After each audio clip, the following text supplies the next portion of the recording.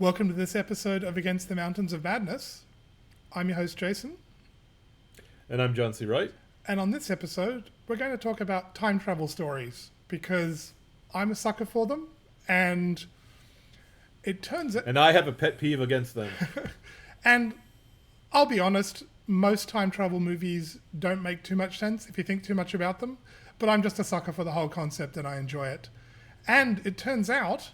what inspired this story was there is a direct-to-TV time travel movie with Casper Van Diem and Catherine Bell from the 1990s called Time Shifters. And I found this in the video store, watched it, and loved it. It's a great... I mean, it's a B movie sort of thing. It's got the production qualities of a direct-to-TV film, and it's a story about time travelers from the future coming back to watch disasters, time travel tourists, and the heroes of the story trying to stop them. But I thought it was a great film, and I thoroughly enjoyed it. And amusingly, it turns out John wrote it, or at least contributed to the writing of it. I wrote the treatment. The script was written by my friend Kurt Inderbitzen, who was the scriptwriter for the film. Okay. But he paid me to do the treatment. He phoned me up one day and said, "Hey, you're a science fiction writer. Can you do a time travel story?" I said, "I can do 20 time travel stories. Are you kidding? Just watch me." And I said, "Okay, what's the main problem with time travel, Kurt?" He said, "I don't know." I said, "Okay, of course you don't know because you're not a science fiction writer. Here's what it is. If you travel in time, you might change the past. If you change the past, you might eliminate yourself and therefore eliminate the time travel you're doing. So what would a safe and wise time travel do? Well, who would he go visit?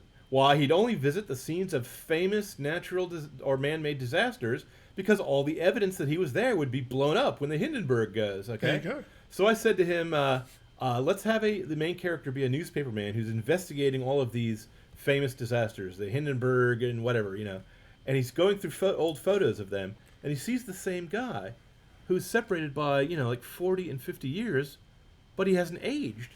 He's in these photographs, and he's looking at him. Let's say he's on the plane when he's looking at his folder. And the little girl next to him looks at him and says, "Hey, what are you looking at, mister?" And he says, "Oh, this guy is in all these photos of these major disasters." And she says, "Oh, that's funny. I've seen him." He says, "What, in these photos?" She says, "No, sitting there." And he turns and looks, and there's a guy, and he realizes that the plane he's on is about to be involved in a major disaster, a disaster that's going to make history, because the guy's a time traveler. So that's the premise of the story, Time Shifters, which was also called Thrill Seekers. Yes. And Kurt Inderbitzen came up with the twist end, because all time travel stories have to have a twist end. Now, having said that, I have to admit that I do have a pet peeve against time travel stories, because ultimately they cannot make sense. It's not logical that effect should precede cause. But a clever writer can kind of keep that off stage and draw a picture the same way, like in an Escher drawing. If you actually study the whole drawing, it can't actually exist in 3 dimensions. You can't have the waterfall pushing the water wheel that actually lifts the buckets to make the waterfall go. It just doesn't make any sense. Or you can't have the staircase both go up and down in the relativity picture or what have you. So you got to write your time travel story to make it make sense that either everything ends up as it should be or what have you. And there's like 4 or 5. Well, excuse me. There's 3 basic ways to avoid the writer paradox of what a time travel story introduces. But the reader just kind of has to go along with it because it really can't work. Well, I mean, time travel could make sense and work in a strictly deterministic universe where... No, it couldn't. No? So the person goes back and Here's why. was always Here's there? Why. Here's why. I don't know. Let me give you a simple thought experiment. Sure. I have my time machine, okay? Mm-hmm. I have my time machine sitting on top of the button that makes the time machine go back a second. Yep. If the button is pushed, the time machine can't move. If the button is not pushed, the time machine goes back a second and knocks the time machine aside. So, does the time machine go or it does not go? If it goes, it can't go. If it doesn't go, it goes. What happens? That's true. Yeah, I guess you've got a paradox there, haven't you? Right. Now, there's several ways you could get out of the paradox. You could say, in a strictly deterministic universe, the guy will never put the time machine on the button. He will have to make it go because that's what happened last time. Something will happen. His cat will jump out of Schrodinger's box behind him and land on his face. Or Another one is the timeline splits in two. The timeline breaks. Well, that's... So there's one sign where he pushes the button and one timeline where he doesn't. Yep. That's also perfectly cromulent. There's lots that do it that way. One particular time travel story that I rather liked was called Dinosaur Beach by Keith Laumer, where every time the timeline broke because of time travel interference, cause and effect got weaker and the timeline started to dissolve. So the time travelers had to go back in time to try to stop earlier generations of time travel from messing up the time travelers. But the fourth generation of time travelers from beyond them had to go back and stop them from doing the things that would prevent their time travelers from coming into existence in the first place. So they had to try to stop just enough time travel to keep the timeline intact without... It was a great story, okay? And it involved almost every type of time paradox and time loop and so on and so forth that I've ever seen. Now, you can get away with a strictly deterministic story, but it's very difficult as a writer. Let me tell you why. Okay. Let's suppose you're writing By His Bootstraps by Robert Heinlein. It's a short story. If you've never read it, I recommend it. It's enjoyable. In that story, the main character, the time traveler, is drunk. His future self comes back and offers him a time machine, a time hoop that he's supposed to step through. Then a second version of himself also steps through the hoop and says, "Don't listen to that guy," the second guy. They get into a fisticuffs, and the drunk guy gets flung through the hoop by mistake. He lands up in the far future, where Dictor, the Time Lord, has found a machine that was apparently left by aliens. He doesn't know how it works, but it's a time machine. Yep. And he says, "Look, all you have to do to become a time traveler is go back to this moment in time and tell yourself to jump into the hoop." He says, "Okay, I can do that." So he decides to do it. Well, one thing leads to another, and he then just changes his mind, sneaks back to the time hoop, and goes back and tries to stop himself.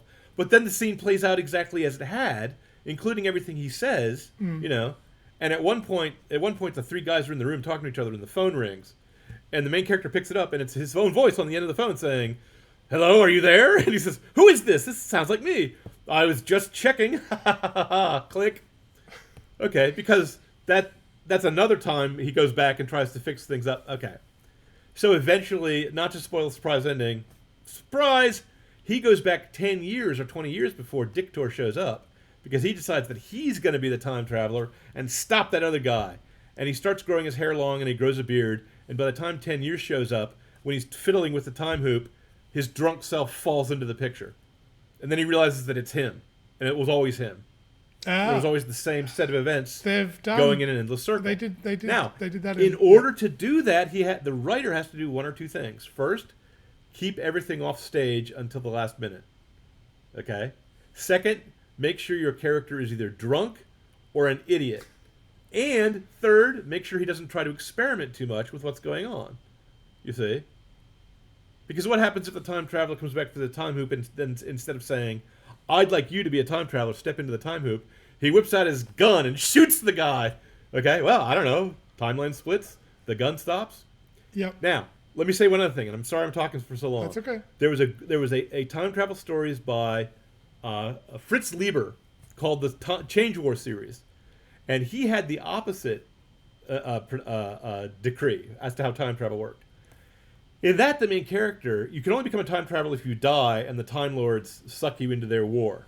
And it's the spiders versus the snakes. Yep. And nobody knows which side is trying to do or why they're fiddling with past events or what's up.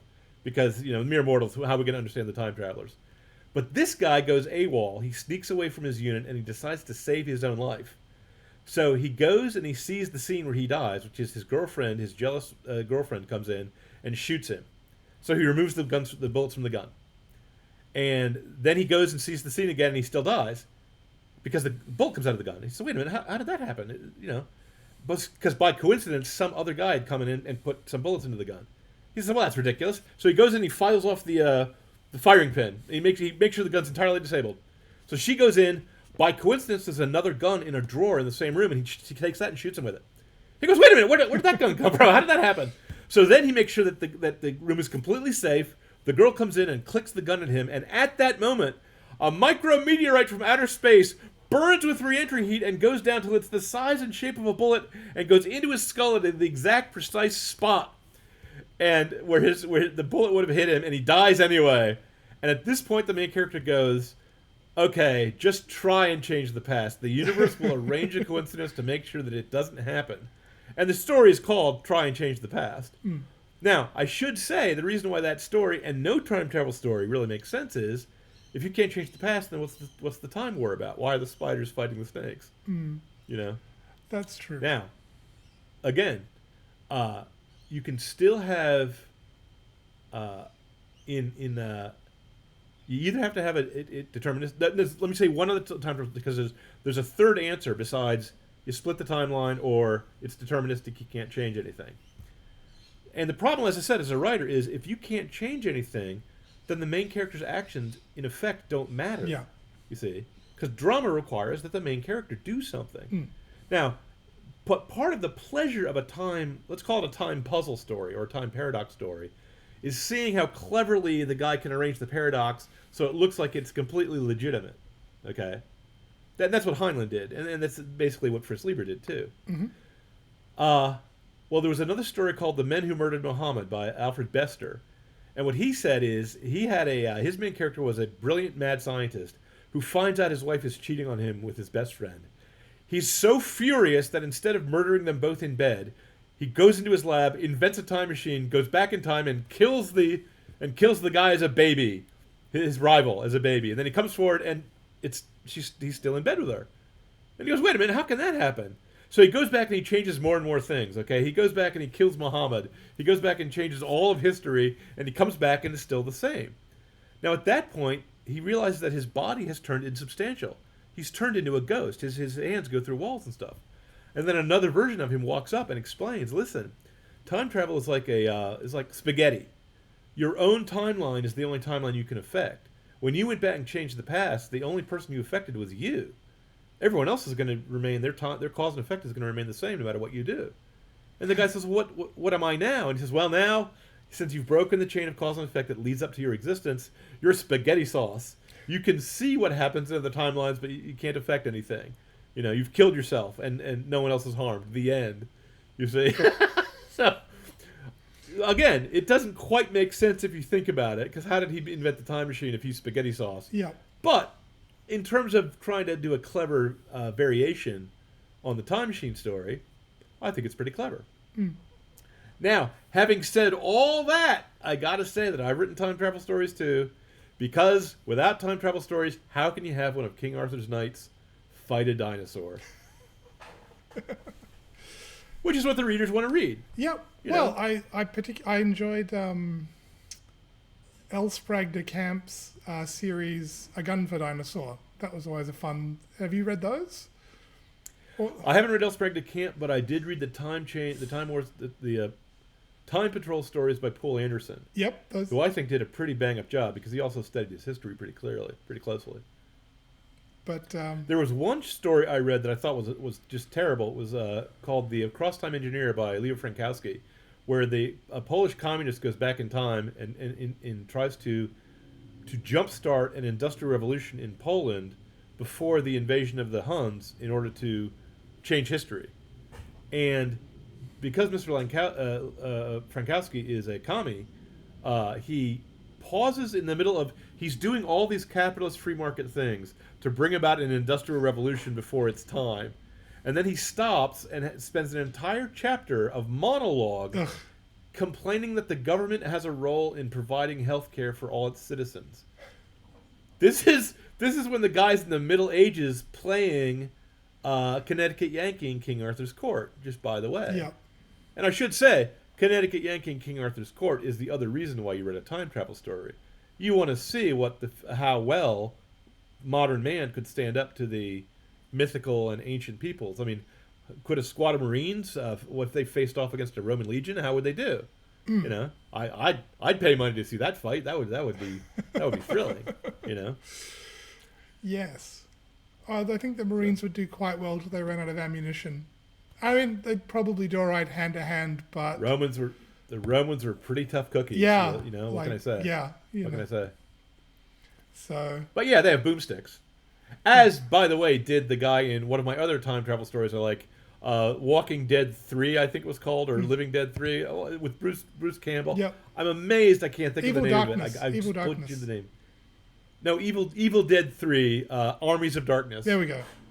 Where the guy goes back in time and plays Connecticut Yankee. If the Connecticut Yankee was really had a chainsaw and a gun and had to fight the hordes of zombies, it was hilarious. It was a dark comedy, but I thought it was charming and disgusting. But what can I say? I mean, I should be honest. Like my bar for acceptable time travel story is pretty low. I enjoyed both of the Time Cop movies. I actually thought the second one was better than the first one. But I liked it. I liked it. I liked him. I liked what else? One of my favorites was Back to the Future. All three movies, and it was hard to do. It's hard to write a sequel to a movie that ties itself up so nicely, because in that one he could change the past, and he did actually make an improvement. But the fact that he put the time machine in a DeLorean was just visually brilliant. I mean, that was just a brilliant piece of directorship. And then at the end, when they go back to the Old West, and he's Clint Eastwood, and they have to try to get the train to go 88 miles an hour. I'm sorry. The whole thing was brilliant from start to finish. It was fun. Well photographed, well acted, funny, charming. And they stopped and explained the idea of a time paradox when Biff tries to get his younger self the almanac that has all the future sporting events written out for the next 50 years. And of course, the guy wins every gamble every bet he ever gambles on. I saw that done in there was a TV show called Odyssey 5. The premise of the show was there were a group of astronauts in orbit in the space shuttle when the entire Earth is destroyed, and then an alien comes along and sends their consciousness back 5 years, I think, to get a chance to try to prevent the destruction of their world. Fun. They only made one season of it. I enjoyed it. It turned out the problem was evil AIs were what ended up destroying the world. But one of the characters remembered the result of a football game from 5 years ago and placed a large wager on it. But because they'd gone back and changed things a little bit, the game didn't quite turn out as he remembered. So I'm assuming this would happen with Biff as well upon winning over and over. Not in that story. Well, that's fine. But I mean, like, this is the thing. You know, like, if you invent a time machine and you travel back in time to, and you have the winning lottery numbers, or to invest in Google, as they did in Hot Tub Time Machine. Well, he started the company and named it after himself. But either way. Oh, let me also mention one other short story that I think they made into a movie. That's Ray Bradbury's Sound of Thunder. Yes. Where hunters want to go back and shoot at dinosaurs because who doesn't want to shoot at dinosaurs? Yeah. But they have to. The time travel company makes sure you kill ones that are only about to die. Yeah. And you only hit the dinosaur that they've marked, because otherwise any small change could affect the outcome of the future, even as something as small as stepping on a bug. It crushes a butterfly. All of time later on, and they're worried before they leave because there's a possibility that the election might go badly and Donald Trump might be elected and it would be just terrible and everyone would become illiterate. And so they go back in time and a guy accidentally steps on a butterfly because he's startled, he's scared of the dinosaur. Yep. And then when they get back to the present, Donald Trump has won and all of civilization is going to fall into illiterate barbarism. And so the time traveler is so annoyed that the guy has destroyed. Yep. And he goes, can't we go back and undo it? Can't we do a time paradox and fix it and make it so I never did this? And in the answer, the guy just takes out the hunting rifle and shoots him. So, as with many Ray Bradbury stories, people end up dead at the end of it, and that doesn't actually. Do you remember the low-budget time travel movie Primer? I do, and I thought that was one of the more brilliant time travel stories I'd ever seen, because they played entirely fair and they stuck to within their limitations. And here's one thing I liked about that. I told you what the difficulty is in writing a time travel story. The difficulty is that either everything is determined, in which case there's no drama, or you split the timeline, in which case there's no drama because it doesn't matter what you do. Okay? But in Primer, the scientists who discovered the time box didn't know which was which, because they were scientists, they were empiricists. They weren't really willing to experiment with it lest they destroy the universe or something. But of the two scientists, one of them became more and more enamored with the idea of trying to make little changes in the past to fix things, and the other did not. And then you find out that maybe one of them is cheating the other by having gone back earlier. But their time machine is also very limited. The time machine only can go across the span of time when you turn it on at one point in time, and it goes forward in time to a certain point when you turn it off, and then the package will go backward in time, but no earlier than the point where you turned it on. See the thing? So no time travel can go earlier than the invention of the first time travel box, which happens on stage when they're experimenting with some of their machinery. You see? Yep. But then the guy wants to make sure that someone doesn't get killed or doesn't get beaten up, so he wants to make certain changes, and he also keeps a recording so that when he lives through a scene a second time, he doesn't change anything. But it also includes things like a scene where a guy's playing basketball, and the first time he makes the shot, and the second time he doesn't, because it's the same guy going through the same scene, but you can't actually have that amount of control over what's going to happen. You see, and it's the kind of scene I don't think you can watch it in a movie theater. You have to watch it on video and stop it and take notes. It's not a movie for the general audience. You have to be a fan of time travel stories. You have to be a science fiction fan to watch this movie and to keep track of at least 4 or 5 timelines, one of which is only implied. It's never even on stage that there was a timeline that got erased that the main character never sees. You see? The thing is extremely clever and extremely realistic, and it avoids the main problem that I have with time travel stories, which is if you have a time travel machine, you should be able to use the machine to do everything and anything. If you have a time travel machine, you can't make a mistake, because then you can just travel back in time and make yourself not have had done it. These guys couldn't because of the limitations of their technology. See? And also they didn't know. There's one point where a guy forgets to turn off his cell phone, and he accidentally gets a call from his wife, and he doesn't know if he's changed the past when he answers the phone. See? The whole thing, I think, is highly recommended. I also recommend, but just by the way, that you go back and watch the longest-running science fiction TV show of the BBC, which is Doctor Who. Don't watch the modern version where they turned her into a girl, because it's garbage. Doctor Who became politically correct, and political correctness ruins drama. It just ruins the film. But if you want to watch a charming and spooky show about a guy who travels through time solving problems, his time machine is broken, so he can't just go back and fix things by reversing time on his own timeline. See?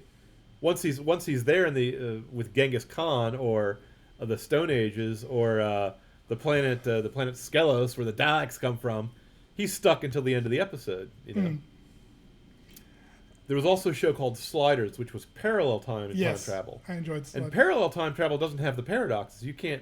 If you shoot your grandfather in a parallel timeline, then doesn't matter. He's dead there, and you're still alive.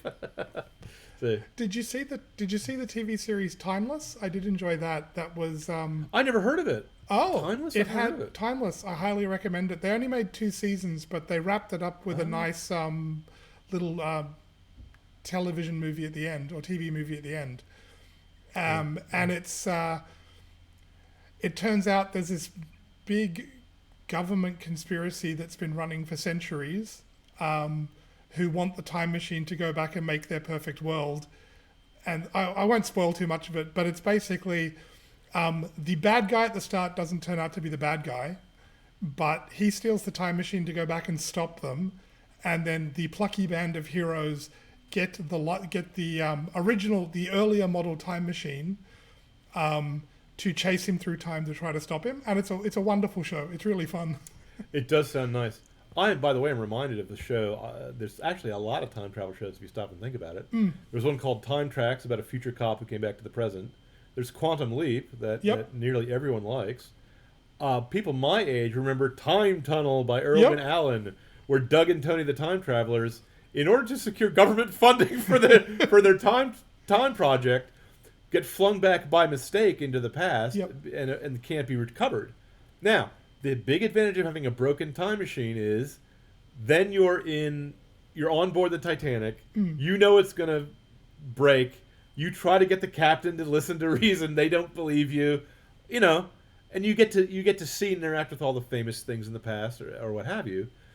And then at the end of the show, at the last minute, the time travelers back on the base can push the button and try to suck you forward or back through the time machine. So you end up in Sodom and Gomorrah right before the right before the volcano goes off or whatever. Did You you know, did you see a different one? It was a different take on the time travel series, but I enjoyed it as well. Called Travelers. I did not see Travels. I heard it about it, and I'm a science fiction guy, so it was on my list of things to see, but I never actually watched it. I quite liked. I mean, it was a different take on the time travel genre because instead of traveling back in time to change the past, it was set in the present day, but there were travelers from the future coming back to try to stop a disaster on Earth that would lead to their really horrific future that they're trying to avoid. And There was it gets progressively yes, more off the rails, but it was an interesting take on it. there was an interesting take I read in a series of short stories in Analog right before I let my subscription to Analog lapse. Analog used to be just top notch science fiction, and then they got worse. Well, I quit before they got woke because they just got bad before they actually got woke. Okay. But they stayed top notch for many years, decades. Mm. And I don't remember the name of this author, and I apologize to him, and I don't remember the name of the series. But the idea was that a time traveler from a completely disastrous future, knowing full well that he would eliminate his own world from existence, had come back to the present day to try to stop certain things that were going to lead to the disaster that's going to kill his world. And the way the time travel paradox worked in that sense was every time he did something, part of his memory got erased. He still existed and still remembered his mission, but he lost more and more of himself each time he did a corrective thing that prevented the Armageddon from coming. So it was an act of complete self-sacrifice. It was completely the time traveler was actually erasing himself out of history as he did what he did, which I thought was both horrifying and kind of impressive. Mm. And it's a different kind of answer to the time travel story from either you can't change the past and the universe just laughs at you and hits you with a micrometeorite, or no matter what you do, you end up being the time traveler anyway, or you turn into spaghetti. You turn into spaghetti sauce, you know. Mm. Oh, I should also note there was a fun board game from Cheap Ass Games called US Patent Number One. And I thought you were going to mention there's a time travel card game that was called something like that, and I thought it was from Cheap Ass Games. I think no, they it have. was from Steve Jackson. I think they have one called Timeline, but the mechanic for US Patent Number One is you've invented the players have invented a time machine, and it's a race to go back and and get US Patent Number One on the time machine. Greetings, world. This is John C. Wright. I and my compatriot, Jason Rennie, take up arms weekly against the mountains of madness that are afflicting and overwhelming the modern age. You are welcome here among like-minded souls, and I hope we have provided a work of insight, hope, or humor, and perhaps an explanation of the insanity that is the modern age. For more content and conversation on these and other fascinating topics of philosophy, science fiction, and current events, please visit our Substack at atmom.substack.com. Tips, bribes, and generous patronage are warmly encouraged. Thank you. So yes, can we be sure nobody in American history invents the time machine? Well, they never went back and patented it as the first patent. Right. Well, here's the thing: if you or I invent the time machine, let's not tell anyone to make sure it doesn't get in the history books, so the future people don't know when it got invented. You see, because otherwise it'll just be terrible. Unless, of course, the invention was inevitable, because my future self will come back and just hand it to me, saying, "I don't know how this got started," you know, because that could happen too. That could happen too.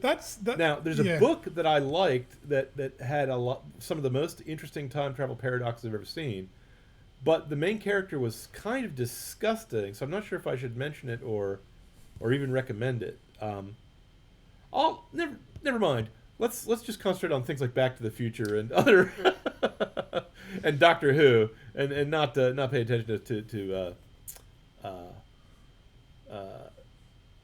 I will also mention, though, Robert Heinlein, in addition to writing by his bootstraps, did write a story about that was also made into a movie about a guy who, because of a genetic flaw, turns from a man into a woman, goes back in time and has sex with himself, and is his own parent. Predestination. You know, I don't remember what the show was called. They made it into a movie, though. Ethan Hawke was in the film.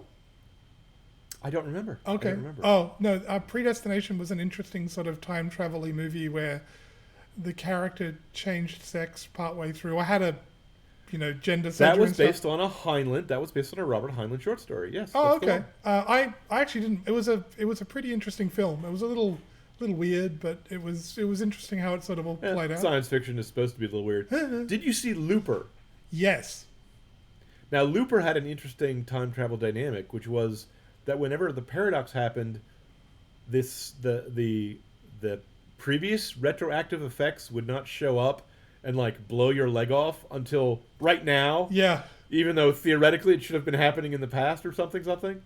And there's a scene where old time traveler meets young time traveler at a table in a diner or something, and he goes, "No one really understands how it works,"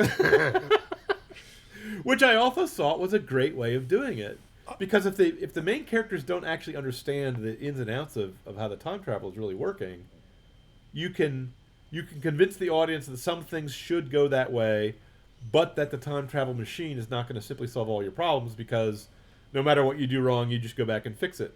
Well, I mean, yeah, there's got to be a price, in other words. Either the time machine has to be broken like the time tunnel or like the TARDIS, or there's got to be too high a price to pay for going back and just fixing your own mistakes, because that way then the things you do, the decisions you make, will have some weight, will have some drama. You've got to have...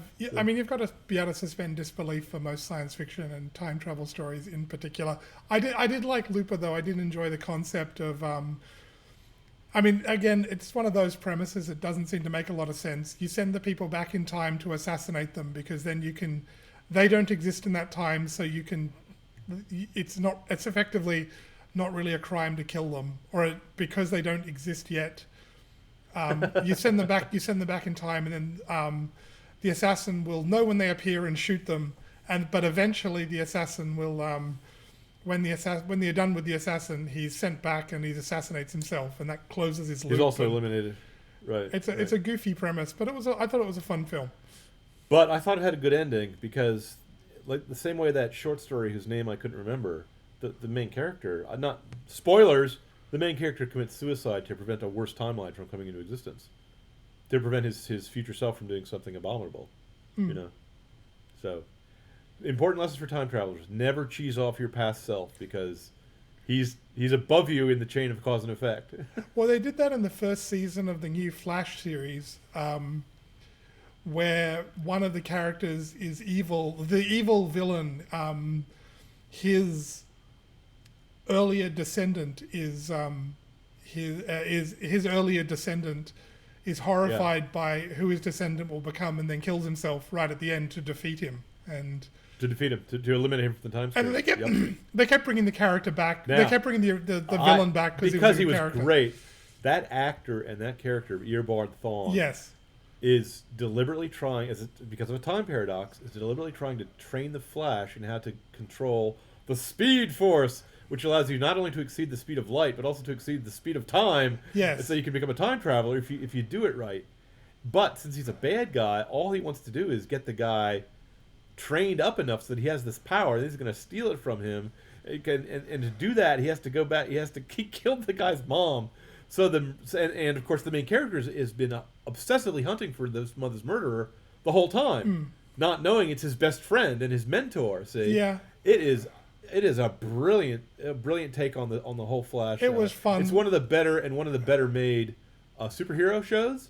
And certainly one of the better made time travel shows. It was because it was good. Dealing with time travel is kind of like dealing with magic. Or if you're dealing with time travel, it's kind of like dealing with magic, where if you have something happen that's completely impossible, you want to have it to be central to the plot, and not have it be something that you can just do over and over again. Eobard Thawne could not, if he failed, go back in time and try again. He didn't. He lost his time travel power. See. I interrupted you. Sorry. You go ahead. I was going to say yes. No, the Flash started off well.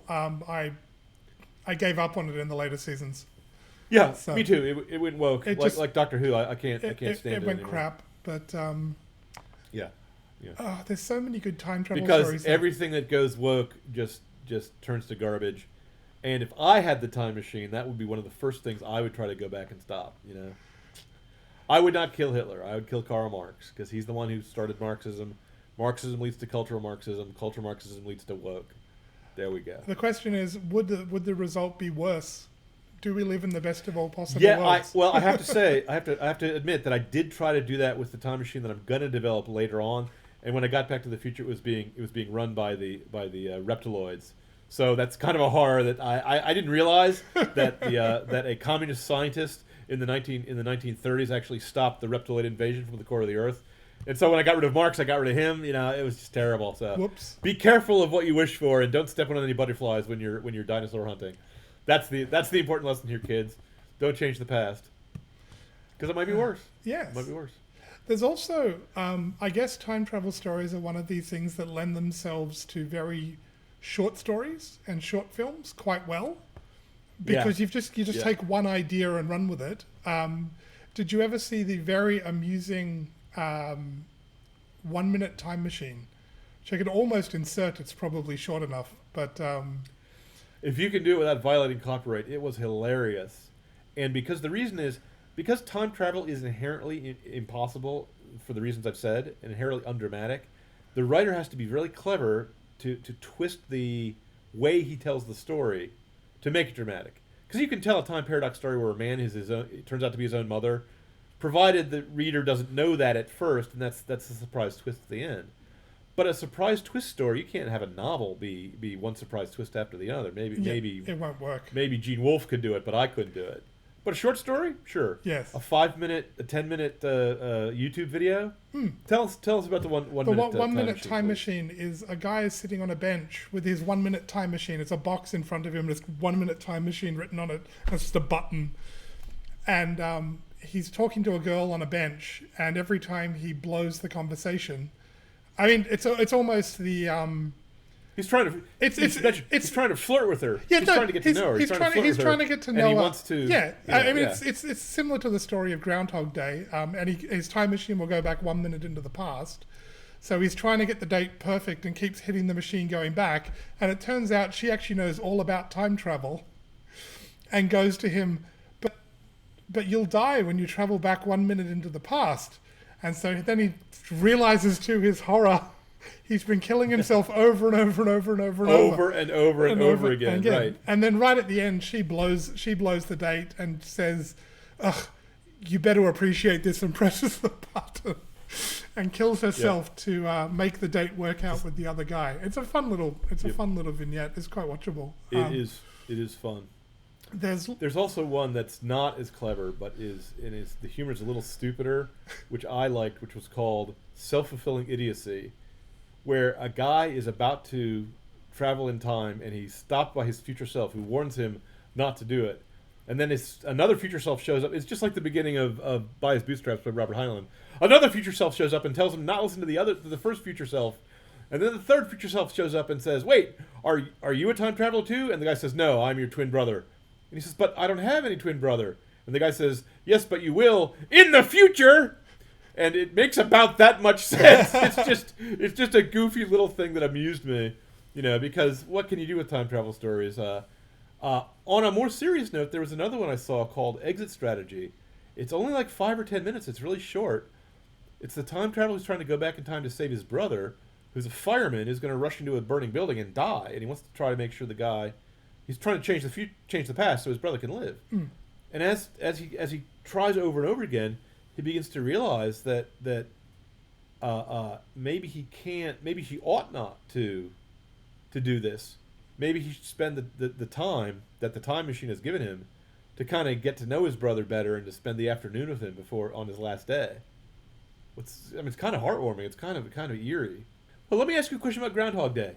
Do you consider that to be a time travel story? Because the guy goes back 24 hours over and over again. It's a sort of time travel story. I certainly really enjoyed the film. Here's what I think is good about this. My objection to time travel stories is, if you had a time machine, it would solve all your problems because you could try again. Mm-hmm. Okay, and logically, it's impossible to have effect, fault, cause. But I believe in prophecies, so why not? Why not send a guy back in time? In Groundhog Day, the guy doesn't have a time machine. He's just cursed by... No, he's just cursed for some reason. Punxsutawney's Phil or something. Who knows what it is? And the only thing he can change is himself. Now it becomes really interesting, because as he lives through the day, he begins to have... At first, he just goofs off and does whatever he feels like, because even if he dies, he just wakes up the next Well, morning. he's yeah. So he tries to he's kill like himself. a god. He gives up when he tries Yeah. to kill himself. He gets really depressed for a while because he can't get out of this loop. He can't get out of the time loop no matter what he does. He's trapped in the clock. And then he starts to try to improve things. He doesn't want. There's a guy. There's a bum. yeah, who the dies bum on the who street in dies, front of him. and he's trying to save says, the bum, "No. and he can't. But Not on my day, because it's the one day he knows backward and forward. It's the one day that he's lived so often that he knows basically everything that's going to happen in the town. And so he, and I should mention that the time traveler, in this case a weather forecaster, a guy who predicts the future, is just really a creep at the beginning. He's really just a jerk. Okay. And this purgatory he's trapped in, he improves himself. Yep. See? And eventually gets So it's out actually of it. got a rather heartwarming story and rather it's kind of deep. It's deeper than you think it is. Yeah. It's not just a comedy. There's something to it. See? Did you watch, speaking of comedy and time travel stories, did you watch Stargate SG-1? I did. I don't remember any time. There travel was, in that. they had a Oh no, there was. I'm sorry. There were several times. They had a couple, but my favorite one was where they were stuck in a Groundhog Day style time loop, and they're trying to stop the guy. But there's a bunch of little scenes in it that are just hilarious, where the characters are getting depressed and fed up with the whole thing, and they just decide to take the day off. And there's one scene where they've opened the wormhole and they're playing golf and just hitting balls through the wormhole. And calculating the drive in light years. And another scene where Jack O'Neill resigns and then kisses Carter, and right just before the time goes around. And it's a fun episode. And I always knew there was something between Jack and Carter. There was. I mean, that was that whole thing the whole time in the series. But they were, officer military, and subordinate, and you can't fraternize in the military. Yeah. That's not going to get it won't work. Yeah. And so, but that's one of my favorite episodes. I loved SG-1 for 2 or 3 reasons. One was that they treated the military with due respect. It wasn't Paul Verhoeven in writing Starship Troopers. Okay. The other was that the plots were well thought out, actual science fiction-y plots, and the premise was that the ancient astronauts were real, and the gods that our ancestors used to worship are actually hideous brain parasites, hideous brain beings who don't really need our worship, but they're using it to control the human species, which has been enslaved and drawn out to the stars because of all their species they've encountered. Our bodies are the easiest to repair, even when we're dead. That's our only merit to them is that we're fixable, like Tinker Toys. So the whole thing is from start to finish is really good. In the 3rd season, I was personally offended a little bit when they decided the bad guy was going to be the evil Roman Catholic Church, when previously the enlightened beings were Buddhist in flavor and tone. Oh, in like season 9 and 10, yeah. Oh yeah, okay. I said season 3. Right at the end, they sort of right at the end they rebooted the bad guys. They sort of needed to do something. So. They wanted to have bad guys be the enlightened ones, which I thought was a good idea. Have benighted ones. But why make them Roman Catholic? Because of course, if you're going to do it in the West, if you're going to have someone be a big organization, you want a big organized religion. Well, I guess. So yeah, I mean, kind of but they had to break their previous established logic by doing that, because previously the people who were the enlightened ones all acted and talked like Buddhists. See, so they should have had like evil Buddhist enlightened ones. The bad Buddha, rather than having the bad. Well, yeah, the I bad agree. saints or That's the bad true. Pope or whatever. They did have some other fun time travel ones. Here's as a writer, here's the 3rd thing they did that I liked. When they lost their actors and they had to bring in a new team, they took the time and trouble to introduce us to the new teammates. So we kind of liked the guys, and it was the guys from Farscape. Yep. Before they passed the baton, it wasn't like in Last Jedi where just suddenly the character we like is dead, and suddenly we're supposed to like this new character who hasn't done anything to earn our respect. Yeah. They passed the baton. No, they had the new guy. They had the new recruit come in and say, "I'm an admirer of yours. I'm a big fan." So yes. Oh, they also had a couple of other fun time travel ones where you traveled back in time through the Stargate if it intersected with a solar flare. They did a couple of them, but one of them was that General Hammond as a young lieutenant, and they met him, and you discover that he's been waiting. He got the letter, and he knew about the events that would send them back in time long before they would even got together. That would have been weird. Or they found the ancients' time machine and traveled back to Egypt, and then everything went off the rails when they accidentally screwed up the defeat of Ra. And then they did a whole one of the little telly movies they did at the end. Baal traveled back in time to stop his own execution and defeat them by deleting them all, but they eventually travel back in time to defeat Baal. And I don't know. I like time travel stories. I'm not picky about how much sense they make. So any other good? I did like a kind of anti-time travel story idea. I never read the book, but I heard the premise of the book. The idea was that the time traveling supercomputer at the end of time doesn't want anything to erase him, so he forbids time travel. He says you can use fast and light drive, but you can't violate local causality, and I will enforce the rule. Now, in theory, that's the same as Paul Anderson's Time Patrol, because the Danilonians, or whatever they're called, the super beings of the far, far future, are the ones actually enforcing the time rules to make sure that time travel doesn't go off the rails. Mm. So if you're a time traveler, you have to be aware that the time cops, your own children, will come after you to make sure that they get to come into existence. You see. Mm-hmm. Which again is why it's important to invent time travel and not tell anyone. keep it secret, or just go back and give it to your grandpa. They did not tell him where it comes from. They did it. You did give it back to your grandpa? No. What if he doesn't marry your grandmother? That was very foolish. I'm reporting you to the time police. Okay. No, they did it. By the way, where do you go? Where do you go to report someone to the time police? You set up an obsidian, a steel monolith in a time capsule and say, "Dear year 4000, this time traveler in 2023 is going to do this." Then you bury it and you just hope that they dig it up in time. They did a funny one in Red Dwarf. They get access to a time machine. For people who haven't seen it, By the way, let me interrupt and just say, if you say the words Red Dwarf and a funny one, that is redundant. Red Dwarf is one of the funniest shows I've ever seen the BBC put out. It's hilarious. But their take on time travel, I thought they did a little joke on time travel that I thought was brilliant, because they're millions of years out into deep space, and they get a time machine and they're on Starbug, and they set it for the 15th century, the Renaissance, 14th, whatever. Yep. And they travel, and then they're going, well, we're exactly where we enjoy the heady air of Renaissance era deep space, because the time machine turned out to be completely useless. Because they're still a million light years away from Earth. They're still 3 million light years from Earth, so it doesn't really matter. The time machine is not that useful for that purpose. I thought that was funny. I just thought that was a great gag.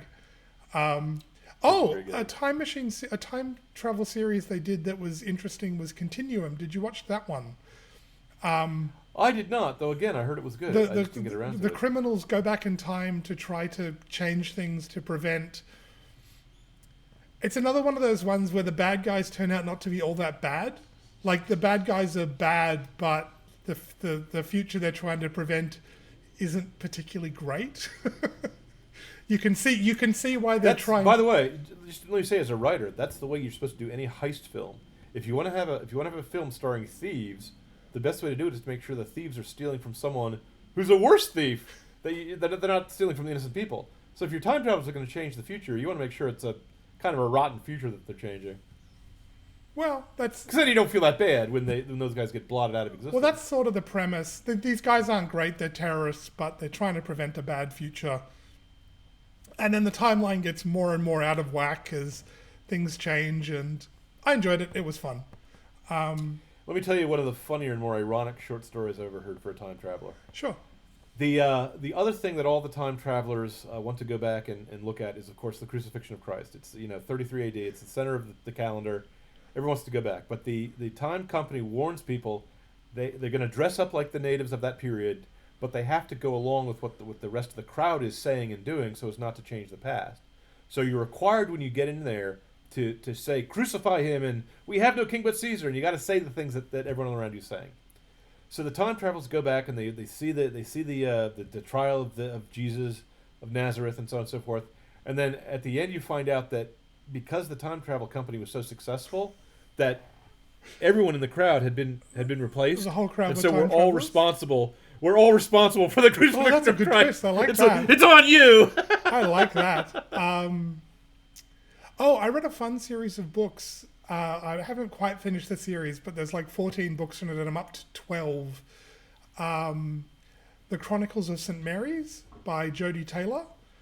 And the premise of the story is St. Mary's Priory has been taken over, it's run by a group of historians that travel back in time.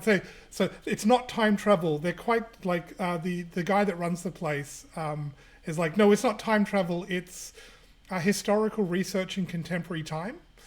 So they travel back to events to try to. They're historians and they're trying to make notes on the past, and then they discover they can rescue things right at the time they're going to be destroyed. But you can't bring things back from the past. But there's a loophole for that, so they travel back to the Great Library of Alexandria as it's burning down. They're there trying to save various bits and pieces, and then they bury them so that the bigger university with history department can go and discover them at a later discover them in time, so the artifacts are all authentic. At another time, they go back to the bonfire of the vanities and are saving masterworks and hiding them in a cave so they can be found later. And it's a fun story, and it gets out of hand, and there's villains and good guys and bad guys. But I highly recommend Jodie Taylor's The Chronicles of St. Mary's. There's a little bit of feministy nonsense in it and stuff, but it's not too bad. I mean, like, the story is well enough told that you can just sort of hold your nose briefly because the main character is Max. Max is a girl, but I don't know what the female name. I can't remember. Oh, it's been ages. It's been a little while since I read the last one. Anyway, I like them. They're fun. Let me recommend one of the first time travel stories. If you for one thing, read The Time Machine by H.G. Wells. It's a classic. Yep. And if you read that, you should also read Purulendra by C.S. Lewis. Yep. Which, while it's not a time travel story, does have a man go to Eden, go to the earliest period of time. Yep. But it's on Venus. It's not our Eden. Yep. It's someone else's Eden. And there's parallels between those two books. I think C.S. Lewis was deliberately trying to kind of mimic or homage or upbraid the socialist H.G. Wells. But not that long after, like in the 30s, Jack Williamson wrote a story called The Legion of Time. And the premise of Legion of Time is very similar to the premise you just said, where you can't leave the time stream and go time traveling unless you're dead. At the very moment when you die, the time travelers can pluck you out of the time stream at the exact instant, and with their futuristic medicine can shock you back to life, can resurrect you. And they're going back, and the inventor of the time machine, the inventor of the Chronion, the time traveling, it's basically like a submarine of time, is trying to gather troopers from the World War I and also the future wars, which haven't happened yet, such as the assault by the Germans on Paris. Now, keep in mind, when the thing was written, there was no World War II. The Germans had not assaulted Paris. Okay, so the guy is kind of, each soldier comes from a slightly different time period or from a slightly different nation. So everyone's characterization, because you got a dozen people and they're all, half of them are going to get killed, is because it's one of those stories. It's an adventure story with an ensemble cast. So they all have to have like one outrageous accent, so you know who's talking. It's the Irishman or the Frenchman or what have you. Yep. But the idea was that Heisenbergian uncertainty created a split in the timeline. And his explanation of how Heisenberg uncertainty works was actually top notch. It was scientifically accurate because the theory was brand new at the time. The theory had been invented like that year. Okay, so this guy was right on the ball for trying to explain how cause and effect and kind of meta cause and effect would actually operate.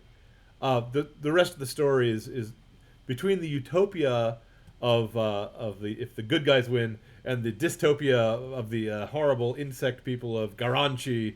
If the bad guys win, the heroes have to go in and settle the hash of the bad guys. And what they have to do, by the way, is get the MacGuffin, which was a tiny magnetic rock. They have to go travel back in time and put it in the spot where the young boy who later on invents atomic energy discovers it, because it was picking up that little piece of magnet and finding out that it was attracted to his pocket knife that made him interested in science to begin with. There you go. If he doesn't pick up the rock, if he doesn't pick up that pebble, he picks up an ordinary pebble and throws it at a bird. And then that timeline, someone else invents the Russians invent atomic energy and therefore time travel, and everything turns out rotten, you know. And it was actually kind of an interesting story because, for one thing, A, you had to die to become a Valkyrie, to become a time traveler in Arhanyar. And B, the guy was actually, Jack Williamson was actually writing about the two possible futures that were alluring the public consciousness of the world at the time, whether to go for totalitarianism, which was very appealing because it looked to the Europeans at the time like democracy had failed, or to stick with the idea of progress and enlightenment and so on and so forth. So I actually thought it was kind of a good, a remarkably well done story and a little overlooked, a little sadly forgotten. So, Legion of Time by Jack Williamson. Okay. So. Well, there's a tour of a bunch of different... Oh, wait, let me interrupt. Sure, let me interrupt myself and say, sure. the other thing I liked about that story was that he avoided any possibility of time paradox. If you traveled back into the past, you were a ghost. The scene where the little boy is walking down the dirt path in the Appalachian Mountains and barefoot and is trying to decide what stone to pick up, the good guys and the bad guys are shooting at each other, fighting all around him. None of their bullets are physical or visible to him because they're out of their own time. Their cause and effect can't affect his cause and effect except for the one moment where they can put the thing that had been stolen back in place. And it required like the entire atomic energy output of a continent to move those few grams of matter out of the way to try to deflect the time stream. See, and unfortunately, the main character, the guy who invents time travel, who by that time is an old man, is a mad super scientist. He creates the evil timeline because of his time viewing machine. Merely by observing the possible continuum, brings it into existence, sort of like a Schrodinger's paradox. Yep. See. And that was also something else Jack Williamson wove cleverly into the storyline. So that's one reason why I like the story, is it avoids almost all the time travel paradoxes. And their time machine, you can't solve any problems with it. All it can do is get you to the battle where you're probably going to die again. So, you know, it's not a wish fulfillment. It's not, oh, if I could go back in the past, I could just make everything better. No, that does not happen. Okay. Well, there are many other time travel stories we haven't touched on, I'm sure, and many good ones. But so please feel free to leave a comment of your favorite time travel story. Be interested to know. I'm always looking for new ones to watch or read. Let me interrupt myself and just say, the first Star Trek show I ever saw was a time travel story. It's one where the Enterprise goes back in the past and is seen by a fighter plane, by the United States fighter plane, who, you know, sees it as a UFO, and they have to beam the pilot out of his plane before it wrecks. And so they've interfered in the past, and they have to somehow, you know, put everything back where it's supposed to go. Yep. So that's a pretty good one. Oh, yes. Oh, they did a lot of time travel stories in...